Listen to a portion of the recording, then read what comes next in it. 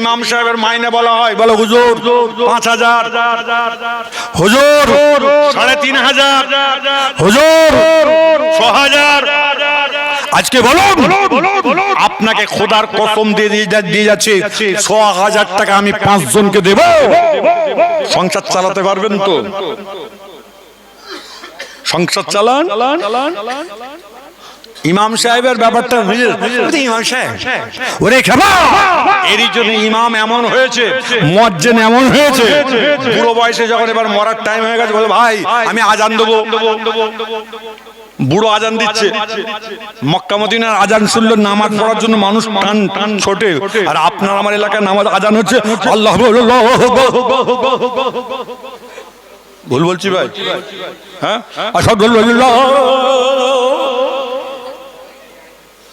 খারাপ যদি লাগে দাঁড়িয়ে প্রতিবাদ করো, আর চলে যাও ঠ্যাক ঠ্যাক করবে, সাঁকি কেটে দেবো একদম। আসসালাতু খায়রুম মিনান নাওম, ঘুম হলো নামাজের থেকে উত্তম। আর ওই বুড়ো যখন আজান দিচ্ছে লোক উঠবে, আর জোরে বলো, আমার কথা ভুল হচ্ছে? কত রকম ক নম্বর বদমাইশি আমাদের চাল চলছে, একটু মাথায় হাত দিয়ে চিন্তা করে দেখো। আজকে মসজিদে যারা কমিটি আছে ওই ভিতরে রাজনীতি, নির্লজ্জ কোথাকারে, টাকা দিতে পারেন না।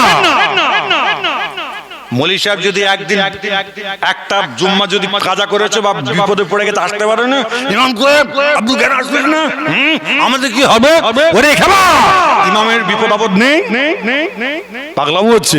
তোমার বিপদ আপদ গুলো ঠিক, আর ইমাম সাহেবের বিপদ আপদ গুলো ভুল। এই আমার কথা খারাপ লাগছে নাকি?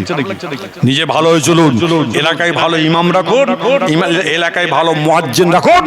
যার আজান শুনে, আমি খোদার কসমকে বলছি, 2007 সালে আমি হজে গেছি, ভালো বুঝবেন, 2007 হজে গেছি।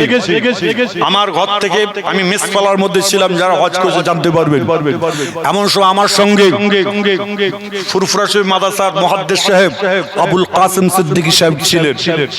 একদিন আমার জড়তা ভাবে, কখন মগরে আপনাকে বলে জোহরের সময়, আমি জোহরের নামাজ পড়তে যাব না বলে আমি সবাইকে বলছি আপনি উজু করলেন, আপনি উজু করলেন। আমার কাছে শাহিম তুমি উজু করবে না? জি হুজুর করছি, আপনি যান। খোদার কসমকে বলছি যদি মিথ্যা বলি আল্লাহ আমার এখানে জুবানটা বন্ধ করে দিই। যখন আজানটা শুরু হয়েছে, মক্কা শরীফে যখন আজানটা শুরু হয়েছে, আমার কানে যখন আসলো, আমার শরীরটার মধ্যে একটাকে ঝনঝন করে উঠে, আমি অজু করে নিয়ে আমি এবার ছুটছি। যখন ছুটছি, মাওলানা কাসেম সিদ্দিকী সাহেব হুজুর, ছুটছে কেন? আমরা তো নামাজ পড়ি, তুই ছুটছে কেন? আমি দেওয়ানা পারা হয়ে গেছিলাম। মক্কার ইমামের আজান শুনে দেওয়ানা পারা হয়ে গেছিলাম। আমি সবাইকে চিনতে পারছি, আমি ছুটছি কখন কি মাথা ফে দাঁড়িয়ে নামাজ আদায় করবো। আজকে ওই ইমামরা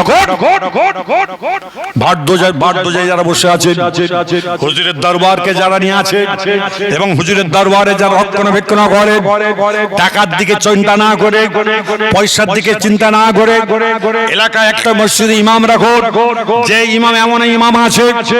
আমাদের জয়পুর বলে একটা জায়গা আছে, আমরা সবাই চেনেন, রাজস্থান জয়পুর, সেখানে একজন কারি সাহেব আছে, আমার খুব প্রিয় মানুষ, কারি হেদায়েতুল্লাহ সাহেব। তানার সম্মুখ, তানার কাছে নামাজ পড়তে আসে 25 কিলোমিটার দূর থেকে, 25 কিলোমিটার দূর থেকে মাগরিব, এশা আর ফজরের নামাজ পড়তে আসে 25 কিলোমিটার দূর থেকে।